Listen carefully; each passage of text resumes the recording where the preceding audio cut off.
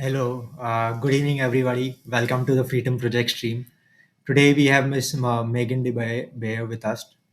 She's a psychologist with 30 years of experience ranging from individual and relationship to family and group psychotherapy. Uh, Good evening, ma'am. How are you? Hello, I'm very happy to be here. And as I said, I'm happy to join with any project that is helping people find a little peace in their heart and a better emotional stability. So I'm glad to be here. Uh, and we're honored to have you here. Thank you for being here. And a little bit more about her. She has a MA in psychology and MSc in holistic ecology from the UK. She's a registered psychologist in South Africa. She's also a member of the British Psychological Society in the UK. And she's also authored a book called How to Raise a Man. So you can check the description below. I'll put the link to the book if you want to check it out.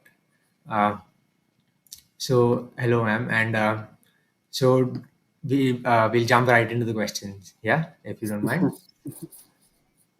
So you've done work in the UK, in South Africa, Australia, and California as well, right? So what did you do in the UK, and then why did you shift to South Africa and then Australia later on? Yes. So I'm originally from South Africa, but my mother is English and my sister lives in England. So it was easy for me to take my courses, and my flagship courses are courses for mothers of teenagers. So I work with mothers of teenage sons and mothers of teenage daughters. So that's the course that I traveled to the UK with. I also traveled to Australia, and Australia then loved my book, and it is now published in Australia as well. So it's published by Penguin in South Africa, and then published by Hachette or Hachette in Australia. And then in California, I was invited by a school to speak to their parents. And at that time, I was particularly focusing on conscious parenting. And this was many years ago. Now it's a popular term.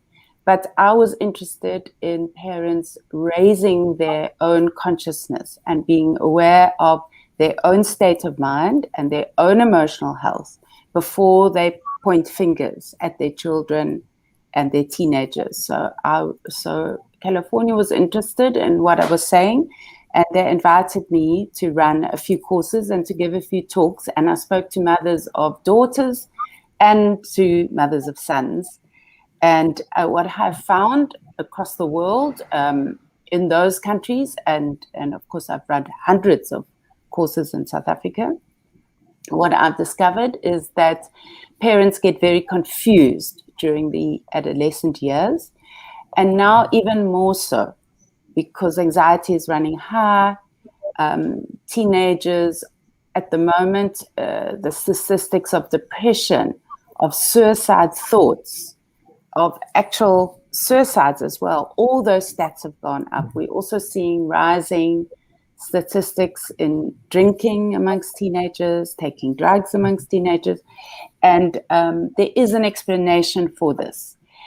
And so families are in distress right now, and are across the world. And the unfortunate thing is that we were already seeing difficulty with teenage depression, teenage anxiety before the pandemic. So as you can imagine, the pandemic has now made this worse, and households are really battling, especially during lockdown. It's difficult for them to work from home, be at home, create a happy home, while teenagers are also unhappy and locked up, and a lot of parents are trying to homeschool as well. Yeah. And kids are dropping out of school. We know that. It's happening all over the world. So I suppose the big question is, what do we do and where do we go from here? And how can we cope with these huge stresses? I think that is what parents are asking me to answer. Yes, that's true. And so be it anywhere, it's currently the same problem, and the whole world is going through it right now. Yeah, the pandemic and everyone staying at home. So and everything going through as it is, people are worried that we're not getting the education that we would in a physical environment, and humans are social creatures, right? So we learn more, or we connect more when there are people close to us, or at least someone there physically and emotionally, or in the flesh in front of us. Mm. We are more inspired to learn, or inspired to do anything for that matter, right? And then staying at home, so there's no uh, tutorial or a guide that says this is the perfect way to do parenting. It's so, and a lot of people don't do family planning, and once you reach a certain stage, you don't know how to tackle situations of asking or keeping up with your growing children, right? Mm. um, Mm. so that's definitely true. Mm. So my next question relates to the project you're currently working on, the Mothers and Sons project. So what Yes, is the Mothers and Sons project that you're currently working on? yes, yes. So it's a I have stepped into this arena for two reasons. The first is because over the last 5 years, around the last 5 years, we've seen an we've seen an increase of negative press about men and masculinity.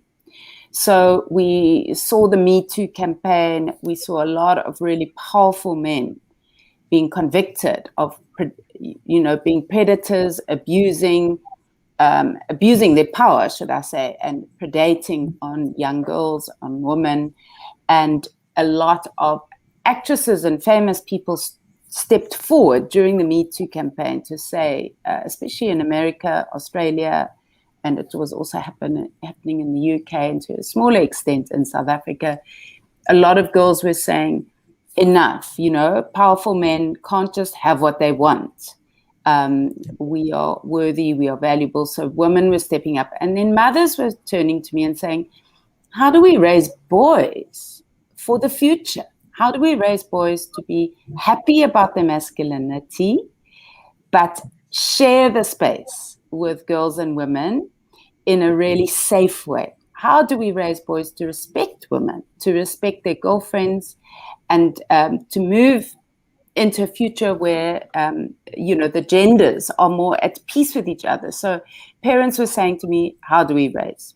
And what I found over and over is that mothers were the ones that were most curious. Fathers were not really reaching out to me and saying, how do we raise boys to respect women? But a lot of mothers were doing that. So that was my first reason why I wrote a course for mothers in particular, because they were the ones that were asking about this. The second reason I wrote the course and have been running the course is, as a boy grows, he becomes very dismissive of his mother.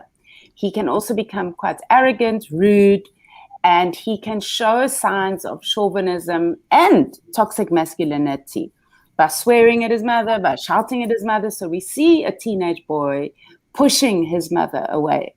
And moms, and I'm also a mother of two boys, so I also had this confusion. Why did my beautiful little boys of 8, 9, and 10 suddenly become very rude, very burly, very brash, um, from about the age of 12, 13, 14, even towards 15 and sometimes to 16?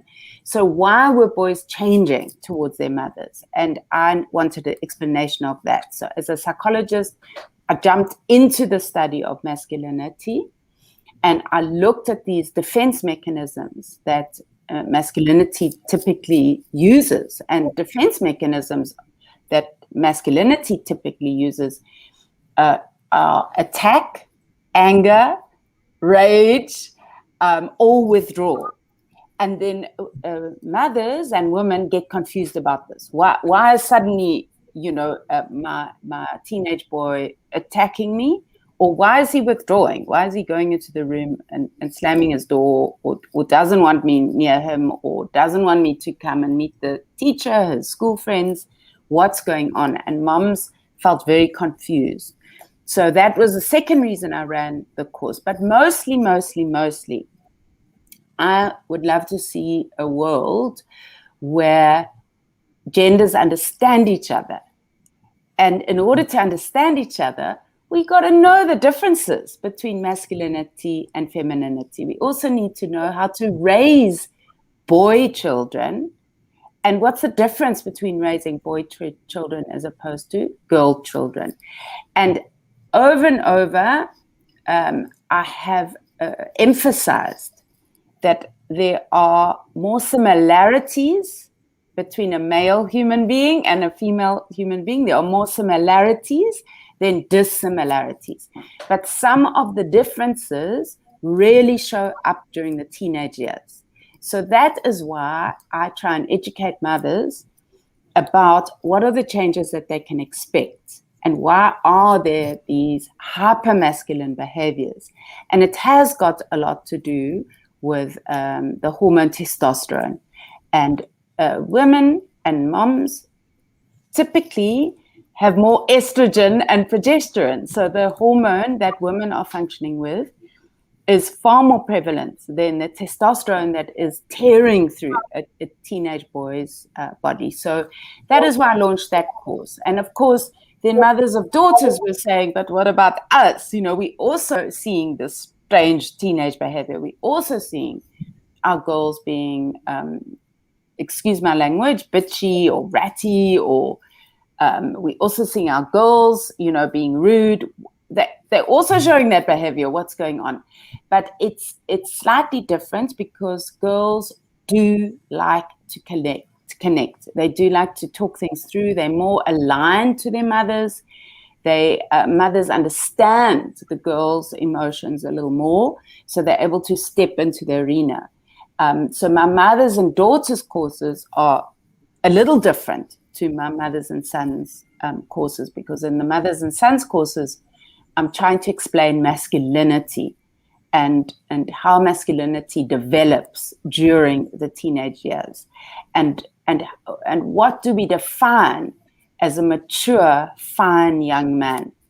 How do we define that? And I encourage parents to begin to define their ideas around what they think is a fine young man, and so that they have a long-term vision, not only a short-term vision.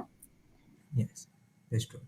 Um, so like you said, so it's not just a small period of time that you need to focus on your child, and then suddenly they become ideal members of society. It's an ongoing process, and and the human body is not it's moody in a It's sense, right? moody. It's moody. It changes. Yeah. And with my studies of non-dualistic thinking, which actually, strangely enough, began in India.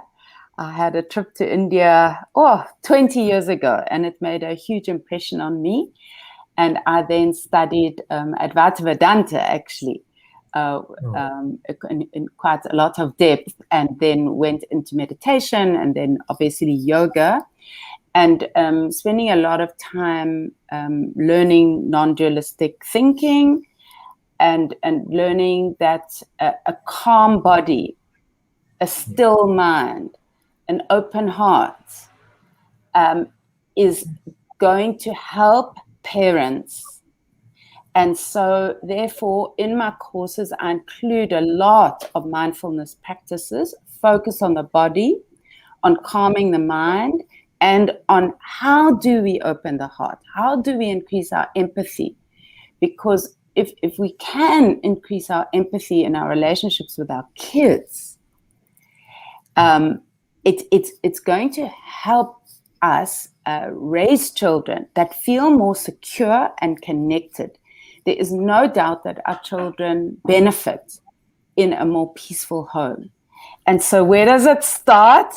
It starts with the parent. Unfortunately, I know that parents who listen to me often want to say, but it's my child is naughty, my teenager is impossible. They're the ones that are doing the bad things. And I always say, no, unfortunately, it starts with us.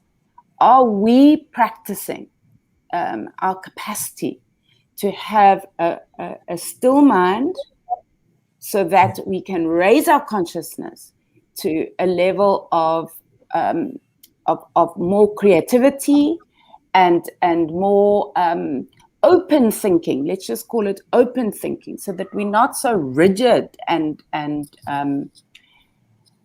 stuck in our ways, because we are raising the next generation. So we've got to have a more open mind. And I have discovered over and over that meditation, yoga, being more self-aware allows me to recognize when my thoughts are negative or rigid. And then I'm able to soften that process quite naturally through my meditation practices or my yoga practices, or even my breath work practices, my pranayama. Then, of course, open heart is essential, because our children need to be able to connect with us in a safe way. So a child needs to feel safe enough to be able to feel secure in the world. And that security in the world helps them to have good relationships with their sibling, and not only with their siblings, but with their peer group. And so it starts with the parent, unfortunately. I know that's hard to hear, but it starts with the parent. If we, and where does it start? It starts with our relationship with ourselves. If we are gentle enough with ourselves and loving enough towards ourselves, that we value ourselves, we take ourselves seriously, then we would want the best for ourselves. If we valued ourselves, we would want the best for ourselves. And when I say what is the best is not external things. It's all very well to have, a comfortable home and good material things. But when I use the word the best, wanting the best for ourselves, for me, that is about the state of your heart. The state of your heart. So if your heart is open and you are gentle towards yourself, and that you value yourself in a loving and kind way, then that will naturally spill out to other people. So the practice has to begin with ourselves. So in order to develop conscious parenting, it has to develop with a conscious practice that we are disciplined enough to do. And I think it's honestly essential right now. I don't know how anybody out there can cope without a meditation practice or a prayer practice or even a mantra or some pranayama or some yoga. I don't know how anyone can cope without it, because there are so many stresses on us. We're worrying about the future all the time. We're worrying about our children. And so we need to find the peace within first. And then once we found some peace within, then we are able to bring that into our home and create a better atmosphere. And then the next step is that a child will not grow safely and with an understanding of what good relationships are unless they have a decent relationship with their parents. If they have a decent relationship with their parents and they're very clear about their parents' values and their parents' goodness and their parents' kindness, there then is a possibility to grow having good relationships themselves as children, and also, not only that, expecting other people to treat them well. And this is the thing where it all goes wrong. If children are treated badly at home, if they're only ever shouted at, if they're seen as bad and wrong and considered a nuisance, then these children begin to internalize that and believe that that's what they are. And then what happens is they attract the wrong type of friends. And then it just snowballs on.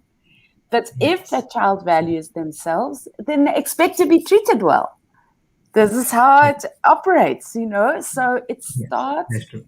in the home with the parent, and the parent putting aside their work, their worry, their anxiety, finding a way to calm themselves down enough through their own practices so that they can interact with their child or their teenager with an open mind and an open heart.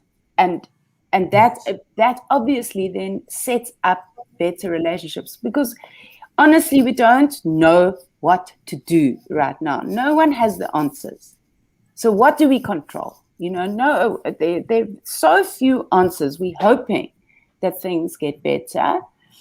So there are Yes. few answers, but what can we control?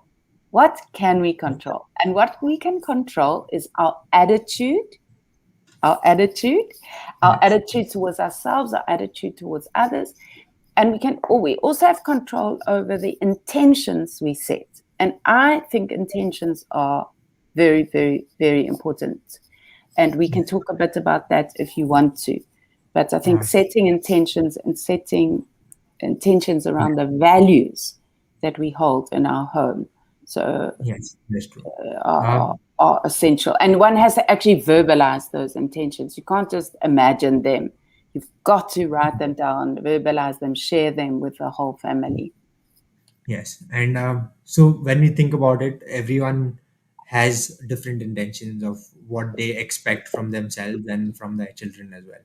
And like you said before, what we say to our children or what we say to uh, like what children hear, like, so now I'm not a parent, so I'll think of it from the Mm, other side. mm, mm, mm, So it definitely works in such a way that if your parents tell you something and then, like you said, you internalize it, and then you think of yourself of being that person, because if your parents are incorporating or saying that to you, then you feel these are the people who know me the closest, and if they feel in such a way, then I might be in so and so mm, position, or mm, I might be what they are saying is mm. true, and then I, they it's go into it's you that know it's such a powerful loop. thing. I know it's probably sounds so simple, but it's such a powerful thing. You know, as you said right at the beginning, human beings need relationships.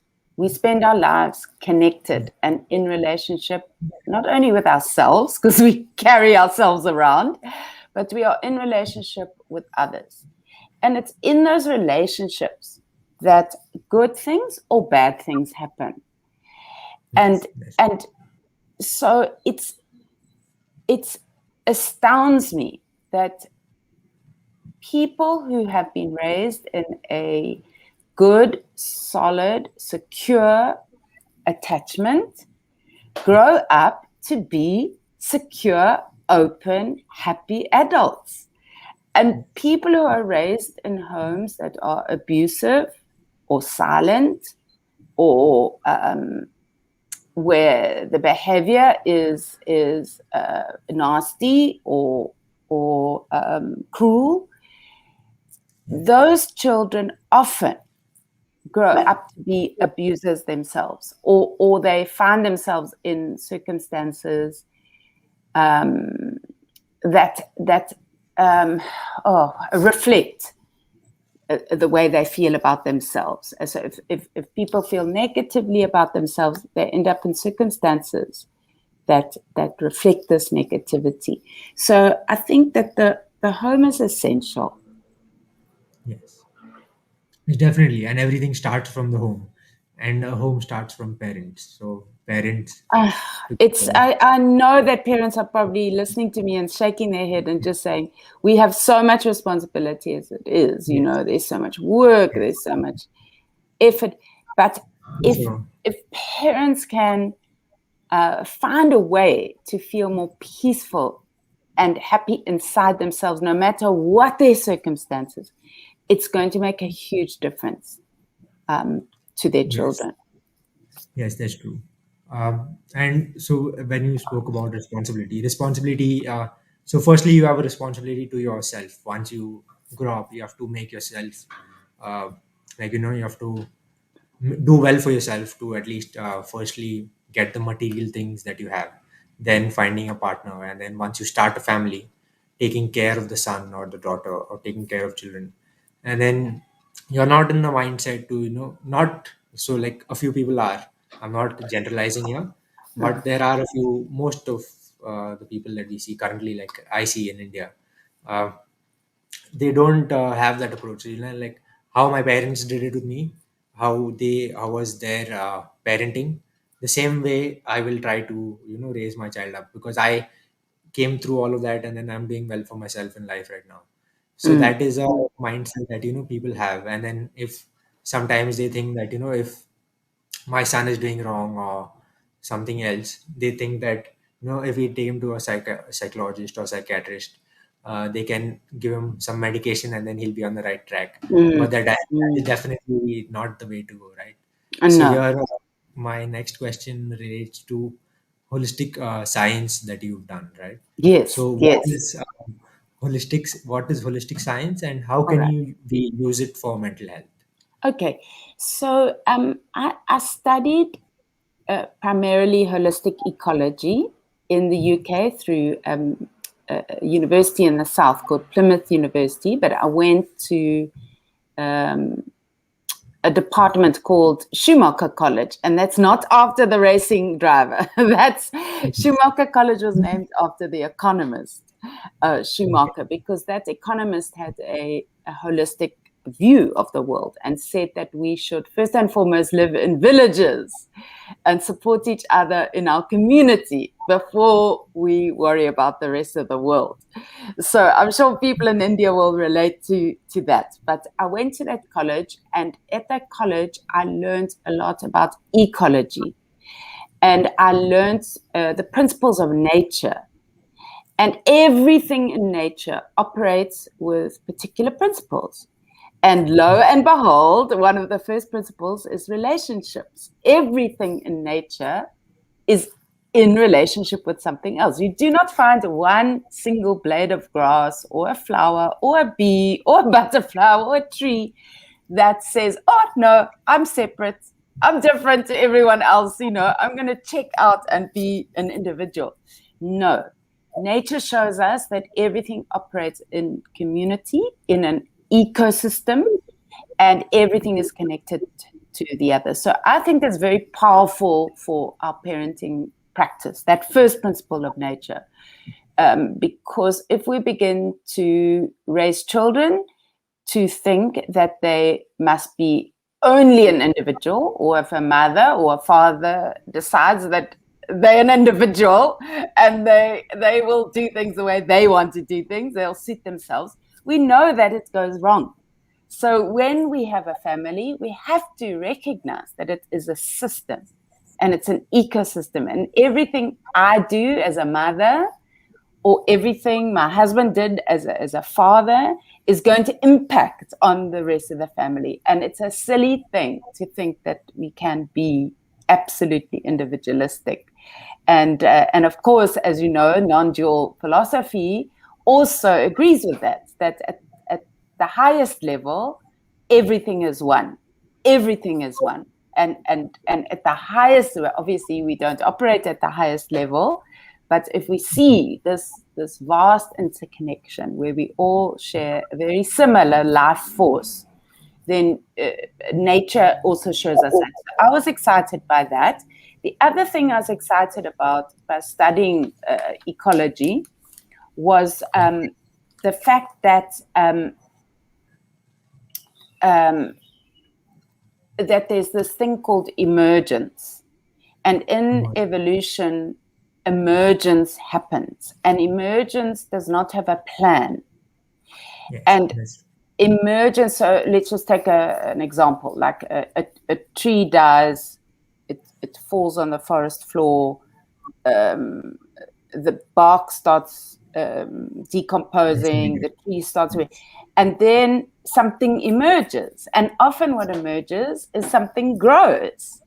There'll be some fungi growing, or so lichen will grow, or suddenly a bird will make its home there, or Yes. something emerges, but it's not planned. The tree doesn't say, I'm going to fall now. And, and when I decompose, I'm going to attract a rabbit. It doesn't have that Yes. plan. So emergence happens in nature naturally. And so we've got to hold this view that we are also nature. We are human beings. And we have this human aspect of ourselves that has a body and that is deeply connected to natural laws.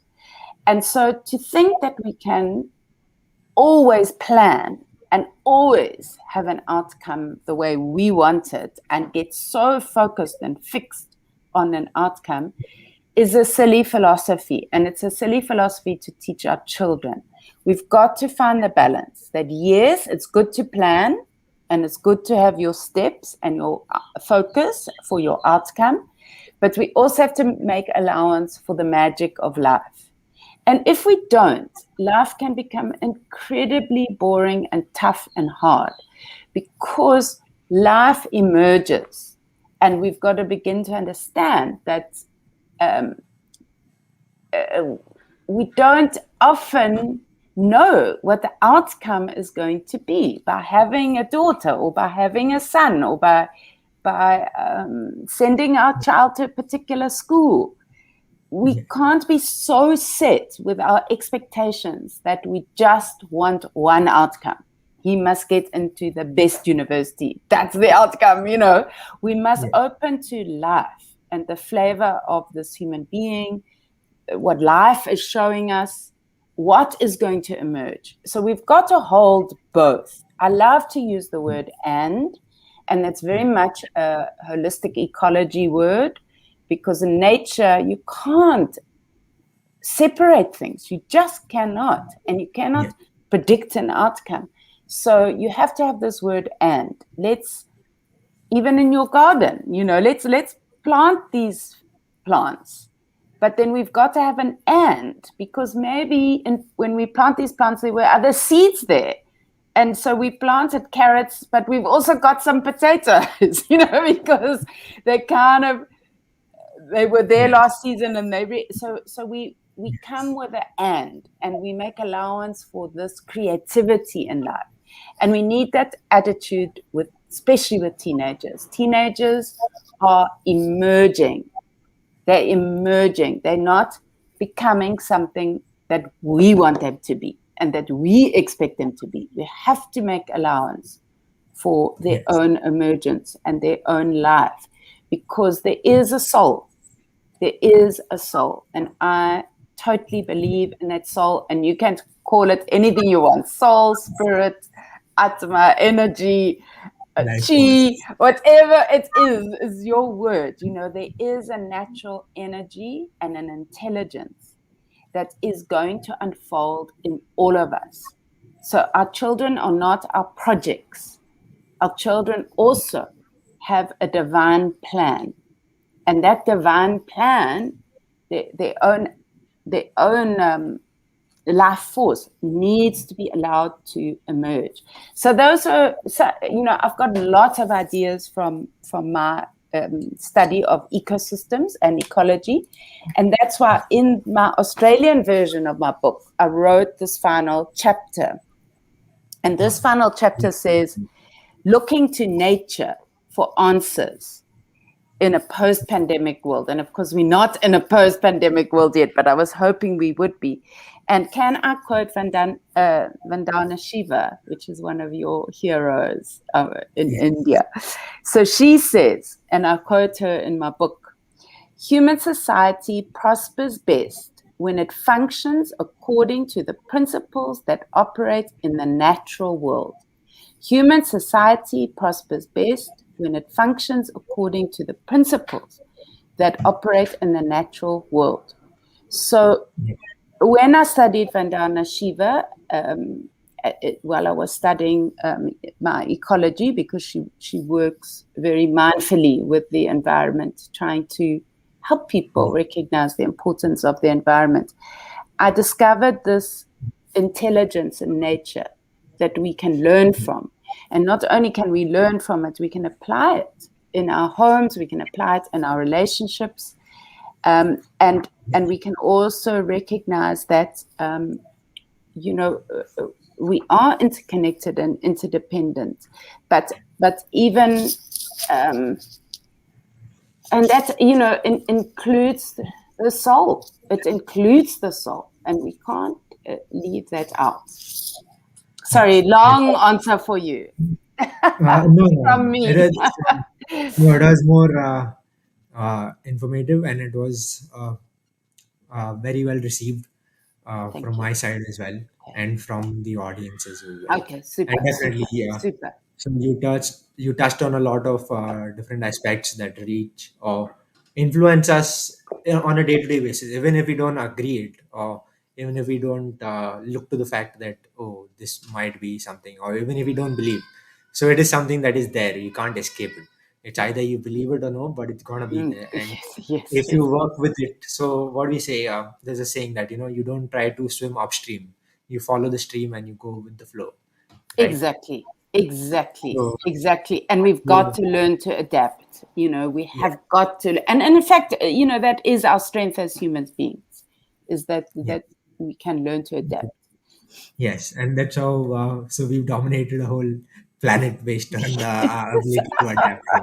adaptation. And, Oh, so may that it be a positive adaptation. That's the yes, thing that uh, I hope for. yes. And that everyone hopes for in the end to be positive and to have a good outcome basically. So and like you said, parenting is not a project, and it should go in a way that facilitates itself naturally, right? And You can't facilitates our force. children to become who they need to become, who they Yes, are. We can't yes, make them who we are, yes, so that's true. we can Uh, learn from our children. That's a yes, change definitely. around. Instead of just thinking we have to teach them, we can also learn from them. Yes, definitely. And so yeah, we can so definitely learn from them, and we can learn from you as well. Definitely, we've learned a lot today from this interview, and thank you so much for being on the interview and giving us your precious time and helping us and our audiences understand parenting and how to do uh, basically life better. Uh, so thank you so much. And so before we go, I have one last question for you. Would you like to share anything with the audiences about you and your projects, or how they can reach out to you? Yes, yes. So I have my book, and you are going to send the link. It's so the book is How to Raise a Man, and this is particularly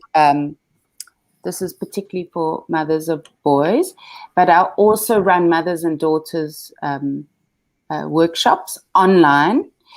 So there are two options online. You can go to my website, megandebeyer.com, and you can join one of my live um, mothers and sons or mothers and daughters courses. It's advertised up there. Or you can go onto my website and join my Teachable program, which is a self-elect course. So it means you do it at your own pace and your own time. And you find the link on my website, megandebeyer.com, but it's self-paced and it's completely automatic with videos and worksheets.